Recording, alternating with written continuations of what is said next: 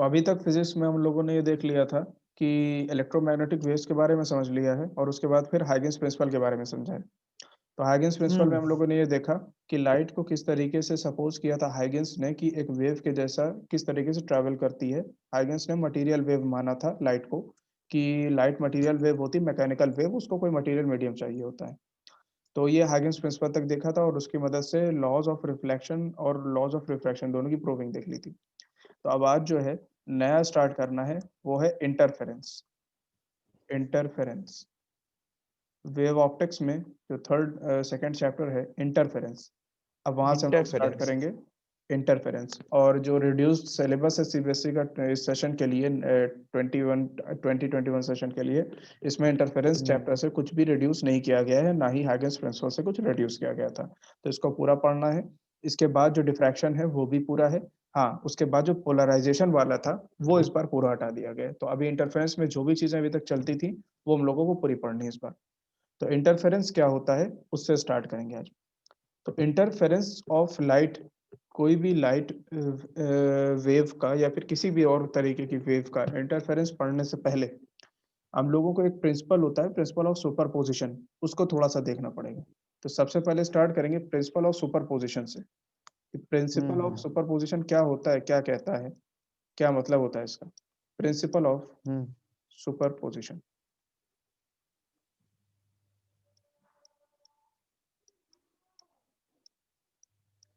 तो principle of superposition के हिसाब से होता है ये जो प्रिंसिपल ऑफ सुपरपोजिशन है ये ऐसे केस में यूज किया जाता है जब किसी मीडियम में दो या उससे ज्यादा वेव्स ट्रैवल कर रही हूँ। जैसे अगर कोई हम मीडियम माने कि ये हमारा मीडियम है पूरा,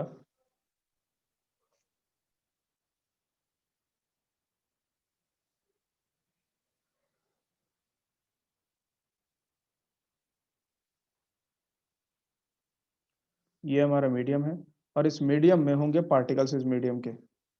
तो इस मीडियम के पार्टिकल्स हैं ये,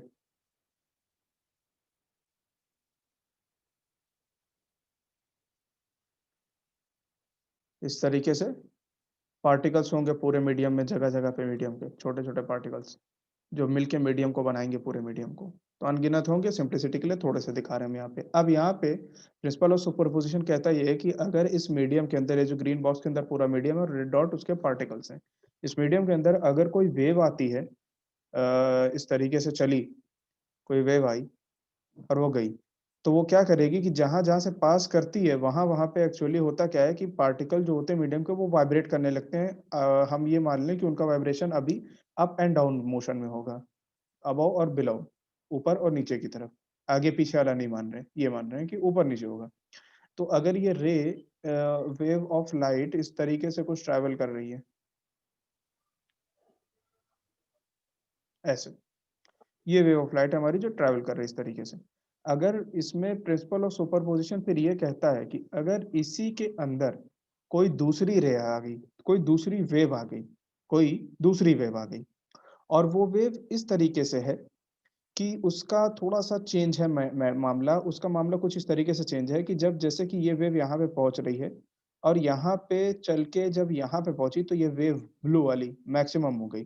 तो उसी टाइम पे इन्होंने कहा कि मान लो कोई दूसरी वेव आई, जो इस पोज़ीशन पे यहाँ पे स्टार्ट हुई और इस तरीके से चल रही। मतलब दोनों अलग-अलग तरीके से चल रही हैं, दोनों अलग-अलग तरीके से चल रही हैं। तो 2 हुँ, वेव जब आईं, एक ब्राउन वाली चल रही है और एक ब्लू वाली। तो इनका कहने का मतलब ये था, प्रिंसिपल ऑफ सुपरपोज़िशन में ये कहा गया कि अगर 2 वेव्स किसी मटेरियल मीडियम में हैं या उससे ज़्यादा भी, तो उसपे होगा क्या कि अभी तक क्या हो रहा था कि जैसे ये जो पार्टिकल है रेड वाला, ये सिर्फ़ ब्लू वेव की वज़ह से मान लेते हैं कि अभी यहाँ पे ऊपर की तरफ जा रहा था।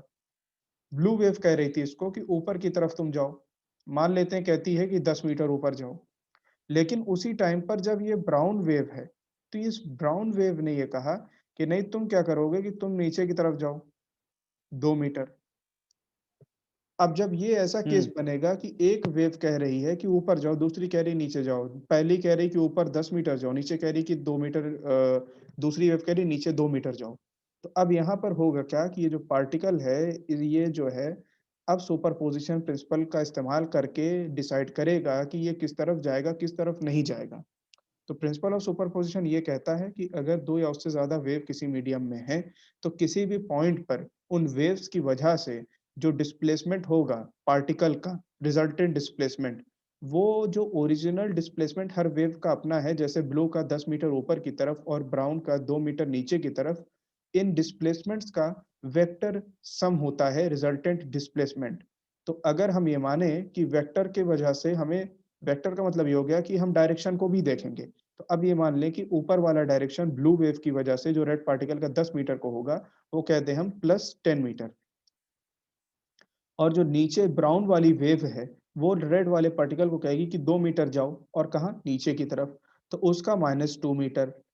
तो फाइनली जो हमारा रेड वाला पार्टिकल है, वो principle of superposition pre OS से अगर रिप्रेज़ेंट करें, उसकी बात मानते हुए कहेगा ठीक है, तुम y1 हो, तुम कह रहे हो इतना करो, y2 हो, तुम कह रहे हो इतना करो, तो हम तुम दोनों की बात मानते हुए क्या करेंगे कि हम 10-2 8 मीटर चलेंगे अब और ऊपर की तरफ चलेंगे क्योंकि पॉज़िटिव साइन है, पॉज़िटिव साइन से ऊपर वाला रिप्रेज़ेंट कर रहे थे। तो वेक्टर्स हम निकालेंगे हम। तो किसी भी मटेरियल मीडियम में जब 2 या उससे ज़्यादा वेव्स ट्रैवल करती हैं, तो किसी भी वेव उन सारी वेव्स की वजह से किसी भी पार्टिकल का जो डिस्प्लेसमेंट होता है, वो उन वेव्स का अपना-अपना जो इंडिविजुअल डिस्प्लेसमेंट था, जैसे ब्लू वाले का 10 मीटर का डिस्प्लेसमेंट करवाना था, ब्राउन वाले को 2 मीटर नीचे की तरफ डिस्प्लेसमेंट करवाना था। इन इंडिविजुअल डिस्प्लेसमेंट्स का इस तरीके से जो वेक्टर सम आएगा लास्ट में, वही जो है इसका रिजल्टेंट डिस्प्लेसमेंट होगा उस मीडियम पार्टिकल का। ये प्रिंसिपल ऑफ सुपरपोज़िशन कहता है। तो प्रिंसिपल ऑफ सुपरपोज़िशन इस बात के साथ एक बात और कहता है, जो इम्पोर्टेंट होती है और वो ये है कि अगर जैसे कि ये दूसरा पार्टिकल अब लें यहाँ वाला, इसकी बात करें, तो अगर ये जो ब्लू वेव है, ये ब्लू वेव ये कह रही थी कि ये जो रेड वाला पार्टिकल है, यहाँ पर ये अब ब्लू वेव हम मान लेते हैं कि अब नीचे की तरफ जा रही है। तो ब्लू वेव जो है, वो ये कहेगी कि जो हमारा ये रेड वाला पार्टिकल है, इसको होना क्या चाहिए? इसको जाना चाहिए नीचे की तरफ और यहाँ पे कह रही कि 3 मीटर जाना चाहिए और साइमल्टेनियसली ये जो ब्राउन वेव है, ये कह रही कि रेड वाले पार्टिकल को जाना चाहिए ऊपर की तरफ, 5 मीटर। ऐसा मान लेते हैं कि यहाँ पे ऐसा कह रही है दोनों वेव।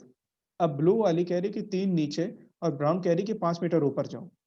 तो अब यहाँ पे ऐसा नहीं होगा कि मान लेते हैं कि अभी ओरिजिनली ये वेव को हटा ही देते हैं, ब्राउन वाली। अब यहाँ पे हम लोग अपनी ब्राउन वाली वेव को हटा दिया। तो अब यहाँ पे जब ब्राउन वाली वेव को हमने हटा दिया, तो होगा क्या कि हमें सिर्फ़ ये ब्लू वाली दिख रही है और जो कह रही है कि 3 मीटर नीचे को जाओ। इस पार्टिकल से कह रही है कि 3 मीटर नीचे को जाओ। तो कहीं भी ये जो वेव 3 मीटर अभी इस पे बस ध्यान दिया रहना कि ये ब्लू वेव पार्टिकल को कह रही है 3 मीटर नीचे जाओ बस। अब मान लेते हैं कि सीन में यहाँ पे ब्राउन वेव आ गई, अब दूसरी वेव आ गई है और वो कुछ इस तरीके से है, किसी भी तरीके से। अब ये जो है कहेगी पार्टिकल से आकर के कि तुम जाओ, मान लेते हैं कहेगी कि 5 मीटर ऊपर की तरफ। ब्राउन वेव ये कह रही कि 5 मीटर ऊपर की तरफ जाओ ब्राउन वेव। अब ब्लू वेव कह रही है कि 3 मीटर नीचे जाओ। तो यहाँ पे ब्लू वेव जब ब्राउन वाली नहीं थी, उस वक़्त उस वक़्त भी हमसे यही कह रही थी कि 3 मीटर नीचे जाओ और अभी भी वो यही कहेगी कि 3 मीटर नीचे जाओ यानी कि ब्राउन वाली वेव के आने से ब्लू का जो ओरिजिनल डिस्प्लेसमेंट था इस पार्टिकल के लिए, वो चेंज नहीं हुआ है। यानी किसी भी मीडियम में 2 वेव्स एक दूसरे का जो इंडिविजुअल डिस्प्लेसमेंट होता है, उसको अफ़ेक्ट नहीं करती हैं, यानी सारी वेव्स उसी तरीके से चलती हैं, जिस तरीके से उनको अकेले चलना चाहिए था, सारे वेव्स होने के बावजूद भी। हाँ, ये अलग बात है कि जो पार्टिकल का ओवरऑल डिस्प्लेसमेंट होगा, वो इनका वेक्टर सम हो जाएगा फिर। मगर इस ब्राउन वेव के आने से ऐसा नहीं है कि ये ओरिजिनली 3 मीटर कह रहा था हमारा कौन-सा? ये जो हमारा जो ब्लू वेव है, ये कह रही थी 3 मीटर नीचे जाओ, तो ऐसा नहीं है कि ब्राउन वेव के आने से ये कहने लगे कि अच्छा 2 ही मीटर नीचे जाओ, नहीं, वो अभी भी 3 मीटर की ही बात करेगी। ये अलग बात है कि ब्राउन चूँकि कहेगी 5 ऊपर जाओ, तो जो पार्टिकल है वो दोनों की बात मानते हुए प्रिंसिपल ऑफ सुपरपोज़िशन लगाएगा और वेक्टर सम कर देगा 3 और 5 का और उस हिसाब से फिर जिधर इसको जाना रहेगा, उस तरफ चला जाएगा। तो इसीलिए प्रिंसिपल ऑफ सुपरपोज़िशन 2 बातें कहता है। पहली बात तो ये हो गई कि जब 2 या उससे ज़्यादा वेव्स रहती हैं किसी भी मीडियम में, तो उस मीडियम का जो पार्टिकल है वो हर वेव के इंडिविजुअल डिस्प्लेसमेंट का वेक्टर सम जो होगा उसके हिसाब से रिजल्टेंट डिस्प्लेसमेंट करेगा। और दूसरी चीज ये कहता है प्रिंसिपल ऑफ सुपरपोजिशन कि जब कई वेव्स होती हैं तो हर वेव इंडिविजुअली इस तरीके से बिहेव करती है जैसे कि वो अकेले ही हो, उसका जो इफेक्ट है मीडियम पार्टिकल्स पे वो सेम रहेगा। दूसरी वेव्स के आने से उस वेव के नेचर पे कोई फर्क नहीं पड़ेगा, वो वेव ऐसे ही ट्रैवल करेगी जैसे कि अकेले करती है। दोनों और तीनों और जितनी भी वेव्स आ जाएं सब अपने आप में अपने जैसा ट्रैवल करेंगी, एक दूसरे को अफेक्ट नहीं करती हैं। बस मीडियम पार्टिकल जो रहता है वो डिस्प्लेसमेंट करता है डिपेंडिंग अपॉन की वेक्टर सम क्या है सारे इंडिविजुअल वेव्स का इंडिविजुअल डिस्प्लेसमेंट का। ये क्लियर है इतनी चीज? Yes sir. इसमें कहीं कुछ पूछना चाहते हो तो बताओ। नहीं। बिल्कुल क्लियर है? हम्म। तो अब प्रिंसिपल ऑफ सुपरपोजिशन का हम लोग पहला लिख लेते हैं कि प्रिंसिपल ऑफ सुपरपोजिशन कहता क्या है। प्रिंसिपल अच्छा, उसे ऑफ, बनाना भी था। समझने का है, अगर बनाना चाहो तो बना लो, नहीं बनाना चाहते तो मत बनाओ, तुम्हारे ऊपर है। ठीक है। प्रिंसिपल ऑफ सुपरपोजिशन ये कहता है कि व्हेन टू और more waves, when two or more waves travel simultaneously, when two or more waves travel simultaneously, travel simultaneously in a medium, travel simultaneously in a medium, the resultant, the resultant displacement, the resultant displacement at each point of the medium, the resultant displacement at each point of the medium, at each point of the medium, at any instant, at any, at any instant is equal, is equal to the vector, is equal to the vector sum, is equal to the vector sum of the displacements, is equal to the vector sum of the displacements produced by the two waves, displacement produced by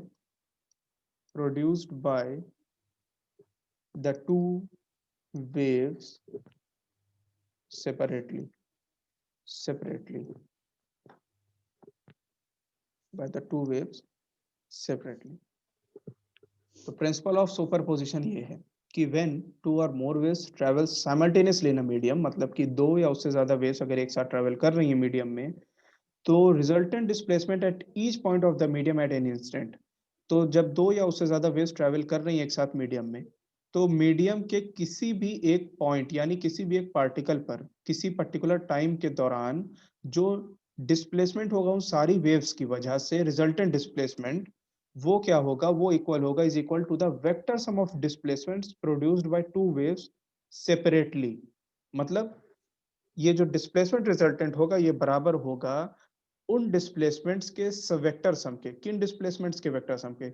उन displacements के जो वो waves अलग अलग करती अगर वो अकेले होती, उसका वेक्टर सम ले लेंगे तो रिजल्टेंट डिस्प्लेसमेंट मिल जाता है। ये प्रिंसिपल ऑफ सुपरपोजिशन कहता है। क्लियर है कि ये क्या लिखवाया है जो पीछे समझाया था उसके हिसाब से? हम्म।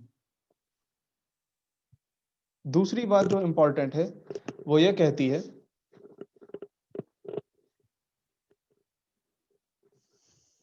कि each wave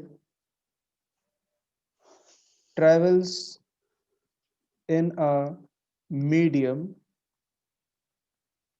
each wave travels in a medium independently, independently, independently, as if no other waves as if no other waves are present. As if no other waves are present.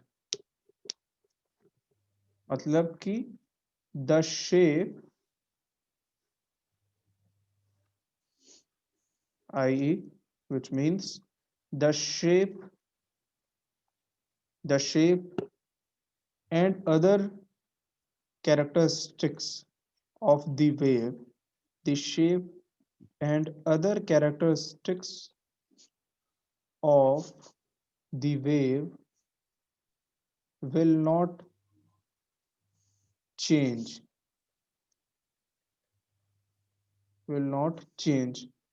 due to presence of other waves due to presence of other waves due to presence of other waves. ये point clear है second वाला?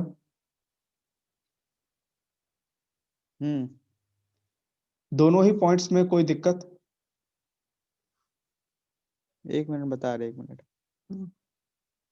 Principal of superposition पहले पढ़ा है? हाँ पढ़ा तो था वैसे। ये ऐसे नहीं पढ़ा था, अलग तरीके से पढ़ा था। अच्छा, किस टॉपिक के अंडर में पढ़ा था? 11th में पढ़ा था प्रिंसिपल ऑफ सुपरपोजिशन, अभी याद नहीं है वैसे किसमें पढ़ा था। अच्छा एक बार अगर आप पीछे आते तो एक बार।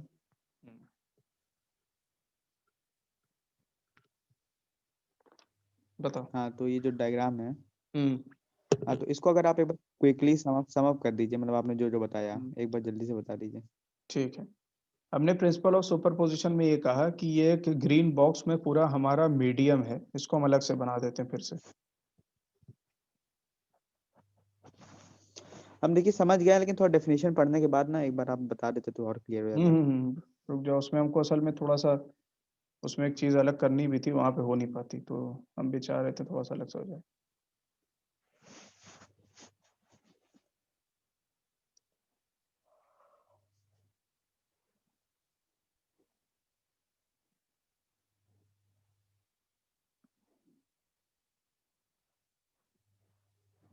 तो ये जो ग्रीन बॉक्स में है ये हमारा पूरा एक मीडियम है।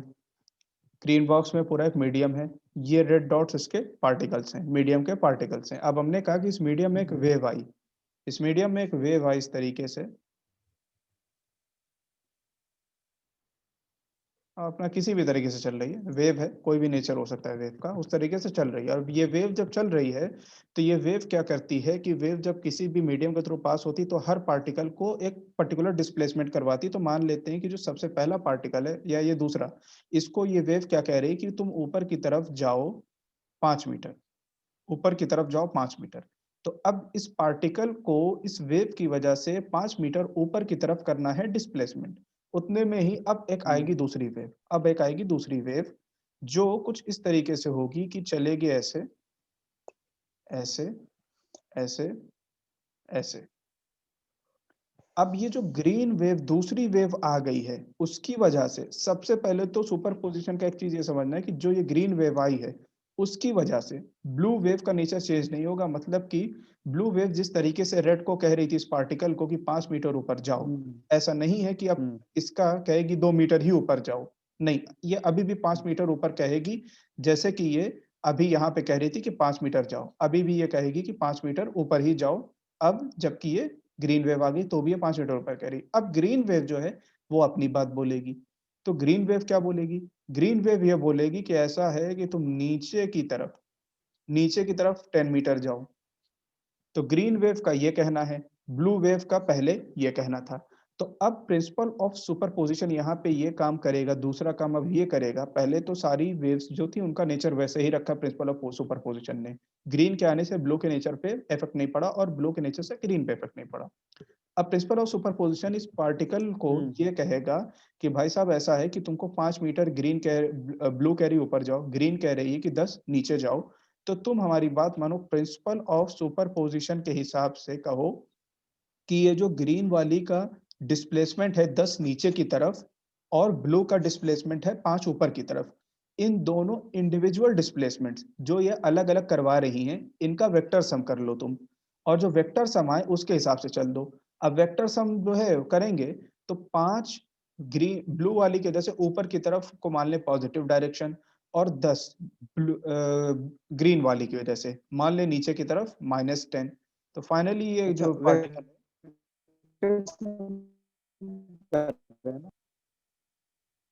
क्या कह रहे हो? बीच में फंस गई थी वॉइस, क्या कह रहे हो? वेक्टर सम कर रहे हैं ना आप? वेक्टर सम कर रहे हैं। तो वेक्टर सम कर रहे ठीक हैं, है। इसीलिए हमने +5 और -10 किया। अगर स्केलर सम करना होता तो हम कहते 5 + 10 15, कोई डायरेक्शन की बात भी ना होती कि 15 किस तरफ कहाँ पे। लेकिन अभी हमने क्या किया, ये मान लिया कि ब्लू वेव ऊपर की तरफ 5 कह रही थी और ऊपर के डायरेक्शन को +5, नीचे की तरफ ग्रीन कह रही हाँ, थी तो ऊपर 10, वाले को पॉजिटिव मान -10। दिया, अपोजिट वाले को नेगेटिव। अब उस हिसाब से वेक्टर सम किया और -5 मीटर मिला। तो यानी कि प्रिंसिपल ऑफ सुपरपोजिशन ने कहा कि दोनों वेव्स के जो इंडिविजुअल डिस्प्लेसमेंट है +5 मीटर -10 मीटर इंडिविजुअल, उनका वेक्टर सम कर लो। वेक्टर सम ये आया और इसके हिसाब से चल दो। तो अब ये पार्टिकल फाइनली -5 मीटर चलेगा, मतलब यहाँ से ये नीचे की तरफ इतना जाएगा 5 मीटर नीचे की तरफ, क्योंकि माइनस साइन है। तो पार्टिकल का ठीक है। डिस्प्लेसमेंट दोनों वेव्स की वजह से ये होगा। तो ये होता है प्रिंसिपल ऑफ सुपरपोजिशन का पहला पॉइंट, कि रिजल्टेंट डिस्प्लेसमेंट जो होगा वो वेक्टर सम होगा हर वेव का इंडिविजुअल डिस्प्लेसमेंट का, और कोई भी वेव दूसरे से अफेक्टेड नहीं होगी। तो जैसे ब्लू वाली 5 कह रही थी, तो ग्रीन आने के बाद भी वो कहेगी 5 ऊपर ही जाओ। वो अलग बात है कि yes sir, displacement overall clear हो गया पार्टिकल एकदम। का वो वेक्टर के हिसाब से होता है, ओवरऑल डिस्प्लेसमेंट। तो अब ये हो गया प्रिंसिपल ऑफ सुपरपोजिशन की कहानी पूरी। प्रिंसिपल ऑफ सुपरपोजिशन जो होता है, दोनों पॉइंट्स क्लियर हो गए। प्रिंसिपल ऑफ सुपरपोजिशन, तो ये प्रिंसिपल ऑफ सुपरपोजिशन जो होता है ये किन वेव्स के लिए वैलिड होता है? तो प्रिंसिपल ऑफ सुपरपोजिशन पीओएस से रिप्रेजेंट कर रहे हैं। प्रिंसिपल ऑफ सुपरपोजिशन अच्छा एक बार इज, पीछे करिएगा, वो डायग्राम का स्क्रीनशॉट लेना था। ठीक है, हो गया। प्रिंसिपल ऑफ सुपरपोजिशन जो है, प्रिंसिपल ऑफ सुपरपोजिशन पीओएस से रिप्रेजेंट कर रहे हैं। तो principle of superposition is valid for all mechanical and electromagnetic waves. तो प्रिंसिपल ऑफ सुपरपोजिशन जो है वो मैकेनिकल वेव के लिए भी वैलिड है और इलेक्ट्रोमैग्नेटिक वेव्स पर भी एप्लीकेबल होता है, दोनों पर। मैकेनिकल वेव जैसे साउंड वेव होती हैं, उन पर भी प्रिंसिपल ऑफ सुपरपोजिशन लगता है, और इलेक्ट्रोमैग्नेटिक वेव जैसे हमारी लाइट है, अल्ट्रावायलेट रेज हैं, इंफ्रारेड रेज हैं, उन पर भी ये एप्लीकेबल होता है, एक्सेप्ट अच्छा एक एक्सेप्ट तरह से अगर फॉर। प्रिंसिपल ऑफ सुपरपोजिशन बोले तो वेक्टर सम ही है ना, ये तो एक तरह से वेक्टर सम है ना। क्या प्रिंसिपल ऑफ सुपरपोजिशन? हम्म। नहीं, ये तो एक पूरा प्रिंसिपल है ना, उसके अंदर डिस्प्लेसमेंट जो होता है वो वेक्टर सम होता है मीडियम पार्टिकल का, इस रेड हम्म। पार्टिकल का। ये प्रिंसिपल ऑफ सुपरपोजिशन, ये तो हमने एक दिखा दिया कि पीओएस इज इक्वल टू, मतलब इसको वो नहीं समझना है कि पीओएस की वैल्यू -5 मीटर होती है, तो एक पूरा प्रिंसिपल एक लॉ है। हाँ हाँ, वो हम समझ गए। ये रिजल्टेंट डिस्प्लेसमेंट है -5। ठीक है। तो एक्सेप्ट, तो प्रिंसिपल ऑफ सुपरपोजिशन मैकेनिकल और इलेक्ट्रोमैग्नेटिक वेव सबके लिए वैलिड होता है, except for some waves of very high amplitude, except for some waves of very high amplitude. तो अगर बहुत हाई एम्पलीट्यूड हो गया कुछ वेव्स का, जो कुछ वेव्स ऐसी हों अगर जिनका एम्पलीट्यूड बहुत हाई हो, तो उन वेव्स पर ये एप्लीकेबल नहीं होता। बाकी जो भी जनरली जितनी भी मैकेनिकल और इलेक्ट्रोमैग्नेटिक वेव्स होती हैं, प्रिंसिपल ऑफ सुपरपोजिशन सबके लिए बिल्कुल वैलिड होता है, कहीं से कोई उसमें कमी नहीं है। ठीक है, क्लियर है?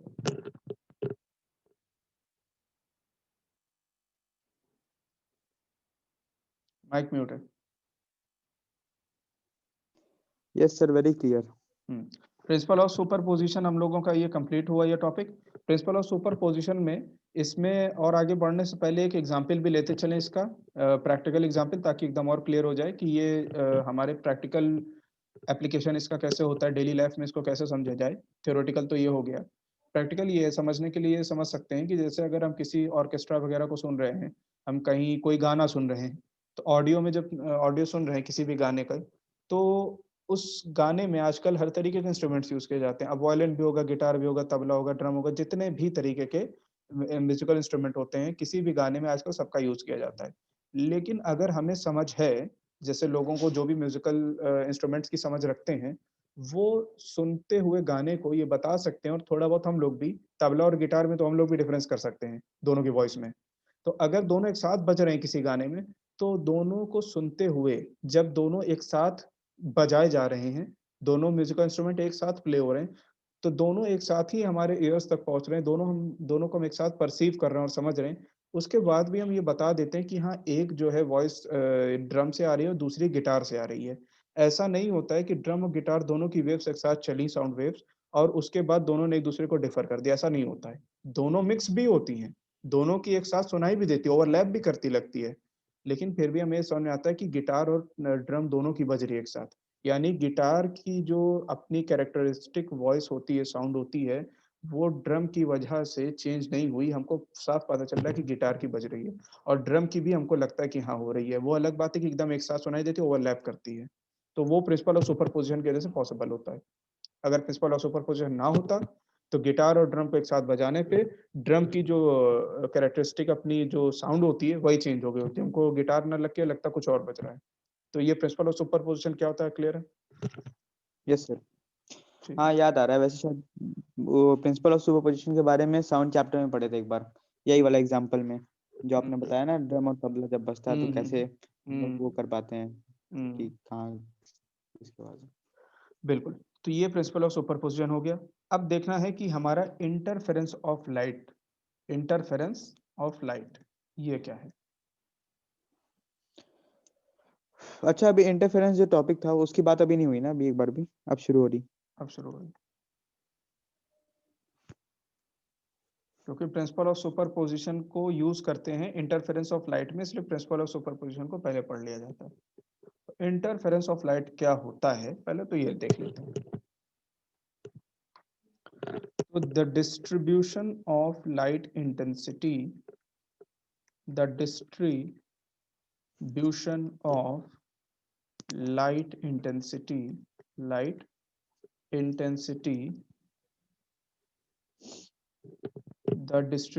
ऑफ, या फिर रीडिस्ट्रीब्यूशन कर लो यहाँ पे, डिस्ट्रीब्यूशन के बजाय redistribution, the redistribution of light intensity due to the superposition of two light waves, due to the superposition of two light waves of two light waves is called interference of light, is called interference of light। Interference of light की जो definition होती है किताबों वाली textual definition, वो तो ये हो गई कि redistribution of light intensity due to superposition of two light waves is called interference of light. अब इसका मतलब क्या है? इसका मतलब ये है कि अगर दो लाइट रेज एक साथ एक जगह पे किसी मीडियम में किसी भी जगह पर मौजूद हैं, तो उन दोनों के आपस में इंटरैक्शन से किस तरीके के इफेक्ट्स प्रोड्यूस होंगे, उन इफेक्ट्स में से एक इफेक्ट इंटरफेरेंस का है जिसको हमें पढ़ना है। तो इंटरफेरेंस में होता क्या है कि सुपरपोजिशन होता है दो लाइट वेव्स का, डेफिनेशन के हिसाब से, कि इंटरफेरेंस किस लिए होता है? Superposition due to superposition of two light waves. और होता क्या है? रीडिस्ट्रीब्यूशन ऑफ लाइट इंटेंसिटी होता है। मतलब जब दो लाइट वेव्स इंटरफेयर करती हैं आपस में, सुपरपोजिशन होता है, सुपरपोज करती हैं, तो उनके सुपरपोजिशन की वजह से अगर लाइट की जो इंटेंसिटी होगी उस जगह पे जहाँ पे वो सुपरपोज कर रही है, चेंज हो जाए, कहीं पे ज़्यादा, कहीं पे कम, कहीं पे कुछ, कहीं पे कुछ, तो ये जो डिस्ट्रीब्यूशन होगा लाइट इंटेंसिटी का सुपरपोजिशन हो जाने की वजह से वेव्स का, वही कहलाता है इंटरफेरेंस ऑफ लाइट। अब ये तो ठीक है, इससे आगे और अभी भी नहीं समझ में आ रहा है। तो इसको समझने के लिए हम लोग ये करते हैं कि एक कहते ये हैं कि जैसे कि एक ये वॉल है, और ये वॉल में बहुत छोटा-सा एक स्लिट दे दिया, छोटी-सी एक जगह दे दी, ठीक है? और फिर क्या किया कि एक आगे दूसरी वॉल बनाई, और इसमें यहाँ कहीं पर एक स्लिट दे दिया। उसी वॉल में नीचे दूसरी जगह इसमें 2 स्लिट दे दिए। अब अब कहते ये हैं कि यहाँ पर पहले वॉल के पीछे पहली वॉल के पीछे यहाँ पर कोई बल्ब टाइप रखा, कोई भी लाइट सोर्स, ये हमारा एक लाइट सोर्स है। ये लाइट सोर्स हमने यहाँ पे रखा। अब जब ये लाइट सोर्स हमने यहाँ पे रखा तो ये लाइट सोर्स क्या करेगा? लाइट सोर्स है तो लाइट रेज निकालेगा, लाइट रेज एमिट करेगा। तो यहाँ से जब लाइट रेज एमिट करेगा तो लाइट सोर्स इस तरीके से लाइट रेज एमिट करेगा सब तरफ, और हमें पता है कि ये सिलेंड्रिकल स्फेरिकल वेव फ्रंट्स निकालेगा इस तरीके से, स्फेरिकल वेव फ्रंट्स। और जब वेव फ्रंट यहाँ पे आएगी इस स्लिट के पास, तो चूंकि पूरा ओपेक ऑब्जेक्ट है तो इसके पार तो नहीं जाएगी, लेकिन इस ये जो स्लिट है यहाँ पे, ये हाइगेंस प्रिंसिपल के हिसाब से ये जो स्लिट थी हमारी, ये जो बीच में एक जगह खाली है, ये एक नए सोर्स ऑफ लाइट के तरीके एक्ट करेगी। हाइगेंस प्रिंसिपल में हमने यही पढ़ा था कि वेव फ्रंट पर सिचुएटेड सारे नए पॉइंट्स एक खुद में अपने आप में नए लाइट ऑफ सोर्स के तरीके एक्ट करने लगते हैं। तो यहाँ पर चूंकि ओपेक है तो बाकी तो पूरे नहीं जा पाएंगे, इनकी वजह से लाइट इनके थ्रू तो पास नहीं कर पाएगी, लेकिन ये जो ये जगह खाली है, ये यहाँ से लाइट पास करेगी और ये जगह नए सोर्स ऑफ लाइट के तरीके एक्ट करने लगेगी। तो जब ये नए सोर्स ऑफ लाइट के तरीके एक्ट करेगी तो यहाँ से फर्दर रेज निकलेंगी, और इस तरीके से वेवलेट्स यानी अरे सॉरी वेव फ्रंट्स निकलेंगे बनते हुए इस तरीके से, और यहाँ पे पहुंचेंगे। अब यहाँ पे फिर यही होगा, यहाँ पे ये दो हिस्से में बटेंगे, एक यहाँ से और एक यहाँ से। अब जब ये दो हिस्से में यहाँ से बटेंगे तो ये पॉइंट, एक ऊपर वाला और एक नीचे वाली स्लिट, ये दोनों जो स्लिट्स हैं वॉल में, ये भी अपने आप में अब नए वेव सोर्स के तरीके काम करेंगी। ये अपनी लाइट वेव फ्रंट्स ऐसे निकालेगा, ये ऐसे वेव फ्रंट अपने निकालेगा, और जो नीचे वाला स्लिट है वो अपने वेव फ्रंट निकालेगा इस तरीके से। अब यहाँ पे अगर हम देखें तो दोनों ही सोर्सेस की वजह से, दोनों सोर्सेस की वजह से क्या हो रहा है कि आपस में दोनों के वेव फ्रंट्स इंटरैक्ट कर रहे हैं, दोनों के वेव फ्रंट्स इंटरैक्ट कर रहे हैं। जैसे एक इंटरैक्शन यहाँ पे हो रहा है, यहाँ पे हो रहा है, यहाँ पे हो रहा है, यहाँ पे हो रहा है, यहाँ पे हो रहा है, इस जगह पे हो रहा है, इस जगह पे हो रहा है, यहाँ पे होगा, यहाँ पे होगा, और इस तरीके से इनफाइनाइट पॉइंट्स पर इस तरीके से इंटरैक्शंस होंगे। अब यानी कि दो अलग अलग वेव्स का सुपरपोजिशन हो रहा है, और इन पॉइंट्स पर इन वेव्स के सुपरपोजिशन से क्या इफेक्ट पड़ता है, वही होता है इंटरफेरेंस के फिनोमेन को राइज देने वाली वजह। इन पॉइंट्स पर दो वेव्स जो हमारी हैं, ये जब करेंगी सुपरपोजिशन होगा, यहाँ पे सुपरपोजिशन ऑफ टू वेव्स हो रहा है इन पॉइंट्स पर, सुपरपोजिशन ऑफ वेव्स हो रहा है इन पॉइंट्स पर, इन पॉइंट्स पर सुपरपोजिशन ऑफ वेव्स हो रहा है। और यहाँ पर होगा क्या कि जो ये मीडियम होगा पूरा, इस सारे पॉइंट्स पर मीडियम के जो पार्टिकल्स होंगे वो इन दोनों वेव्स के सुपरपोजिशन की वजह से सुपरपोजिशन प्रिंसिपल के अकॉर्डिंग डिस्प्लेसमेंट करेंगे। अब इस वजह से होता क्या है कि अब हम आगे देखेंगे कि अलग अलग मीडियम पार्टिकल्स। सर क्लियर नहीं हो रहा है। क्लियर नहीं हो रहा? अच्छा,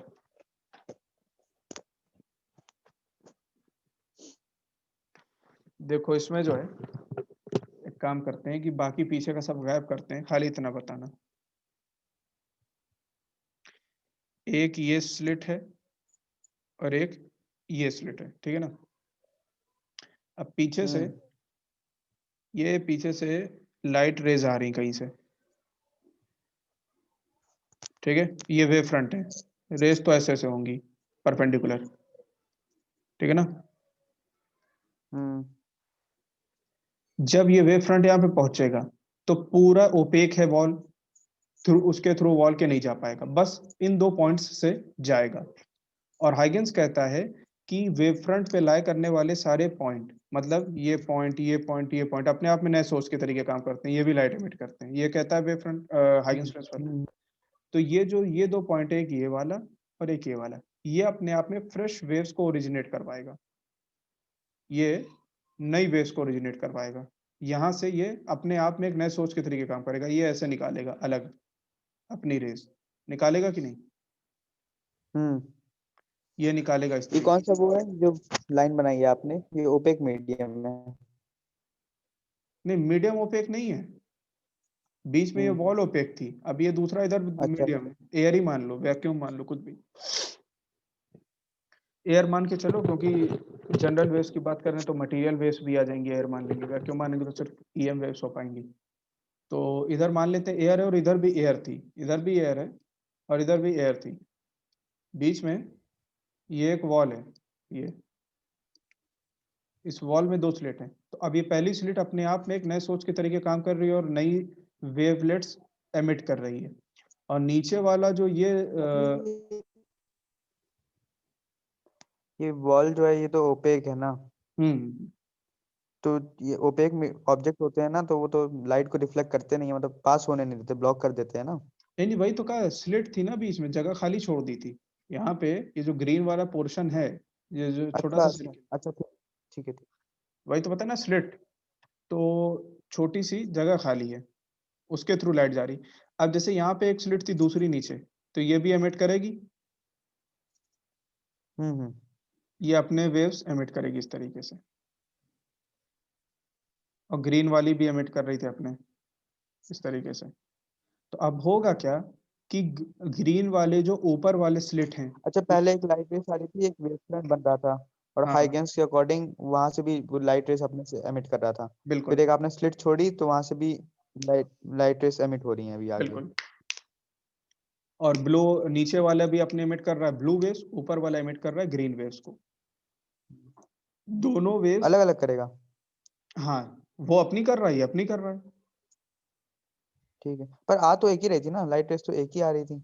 वो हमने इजीनेस के लिए ब्लू और ग्रीन कर दिया, ताकि तुमको दिखे कि नीचे वाले स्लिट की ब्लू वाली, ऊपर वाली की ग्रीन वाली है। ठीक है दोनों को ग्रीन से भी दिखा सकते हैं, नेचर दोनों का सेम है, ठीक है।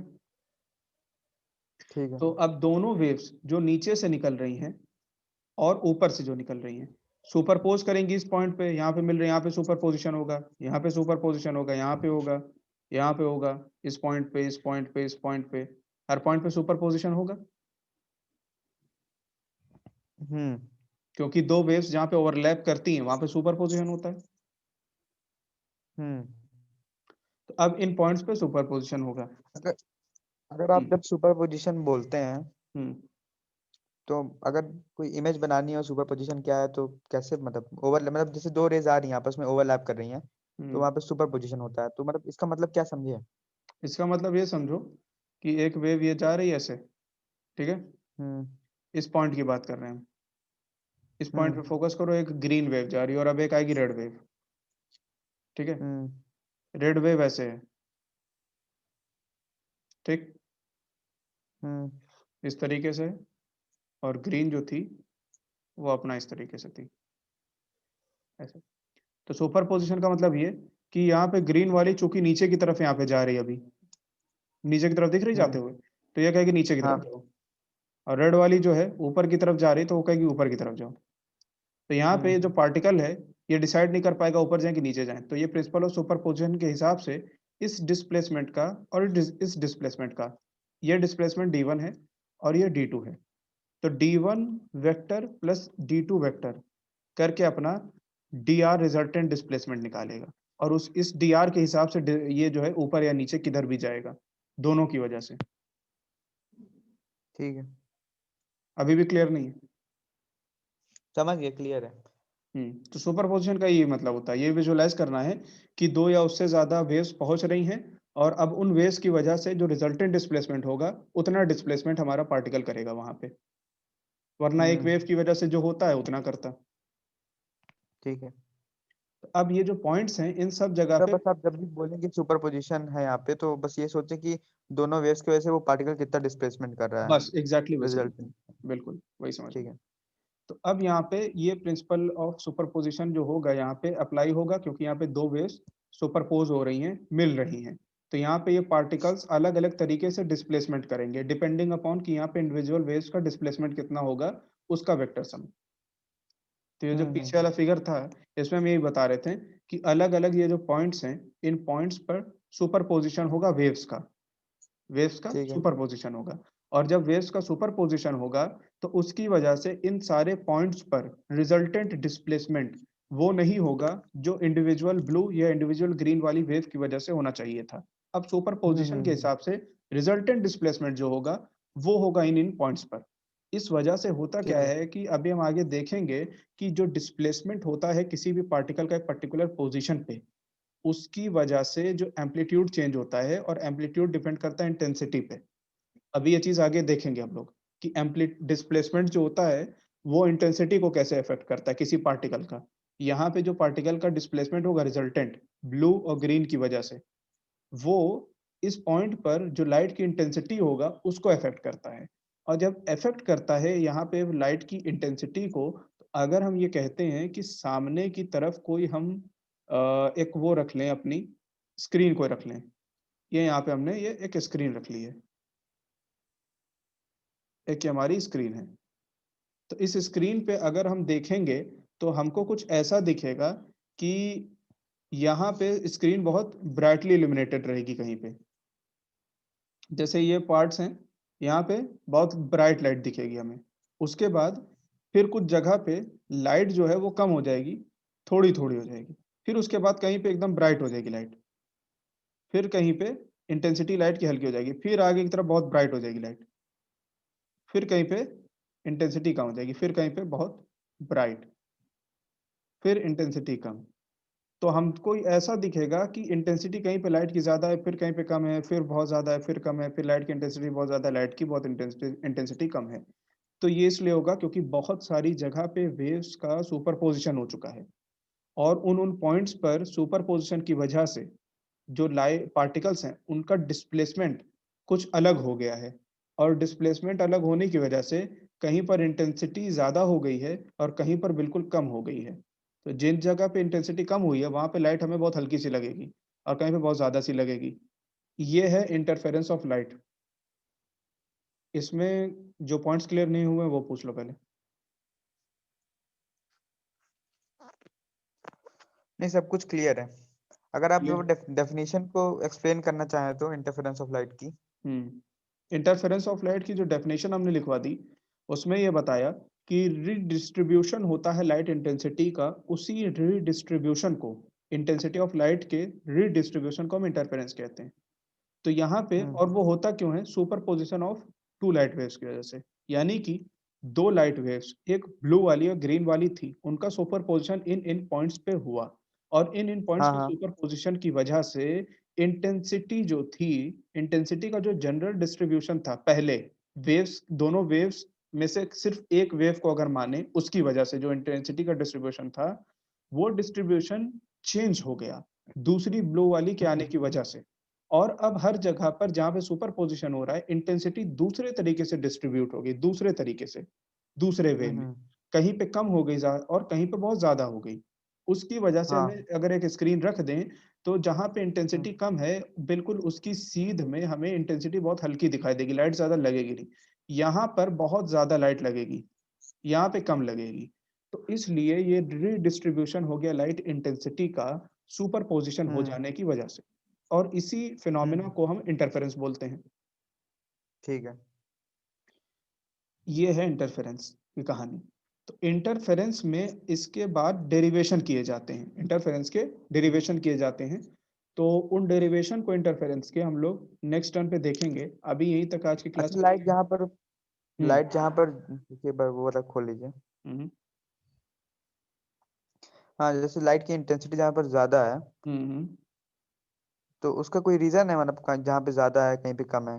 हाँ, इसका रीज़न होता है और इसको नेक्स्ट टर्म पे दिखाएँगे। हमने बताया कि सुपरपोज़िशन जिन-जिन पॉइंट्स पे हो रहा है, उन पॉइंट्स पर हम्म। लाइट का जो पार्टिकल का जो रिजल्टेंट डिस्प्लेसमेंट है, वो वैरी करेगा, डिपेंडिंग अपॉन कि वेव्स वहाँ पे किस तरीके से पहुँची हैं, उसके हिसाब से। तो हम्म। डिस्प्लेसमेंट जहाँ पे जैसा होगा, डिस्प्लेसमेंट पे डिपेंड करती है इंटेंसिटी फिर लाइट की, उस पॉइंट पे।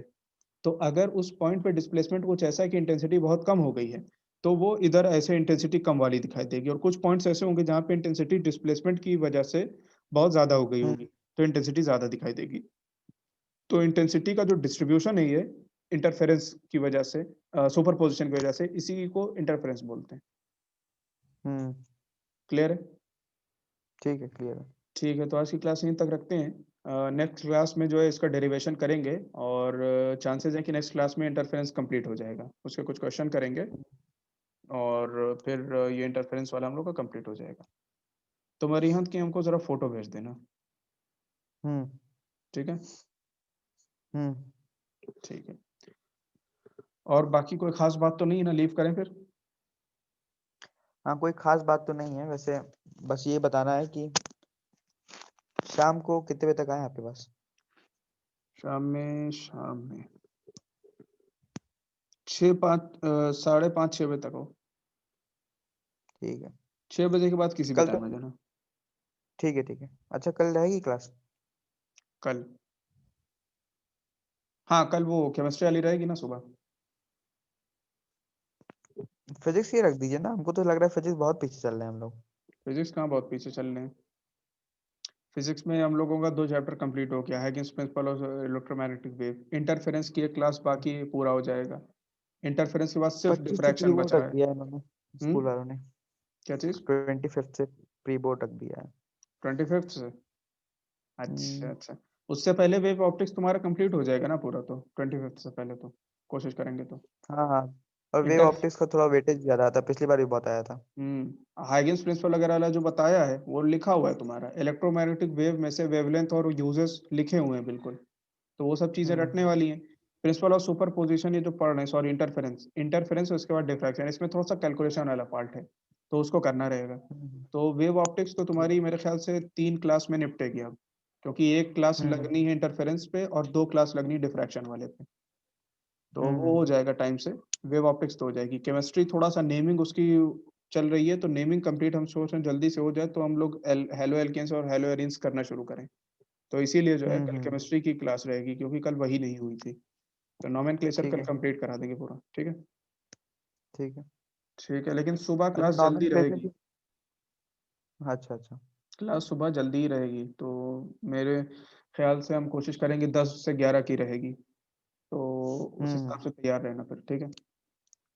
ठीक है। अच्छा, वो नॉमेनक्लेचर के बाद आप हेलो एल्केन्स और हेलो एरेन्स पढ़ाएंगे ना? हाँ, नोमेनक्लेचर के बाद हैलो एल्केन्स, हैलो एरीन्स पढ़ाएँगे, ठीक है? ठीक है, ठीक है। ठीक है फिर।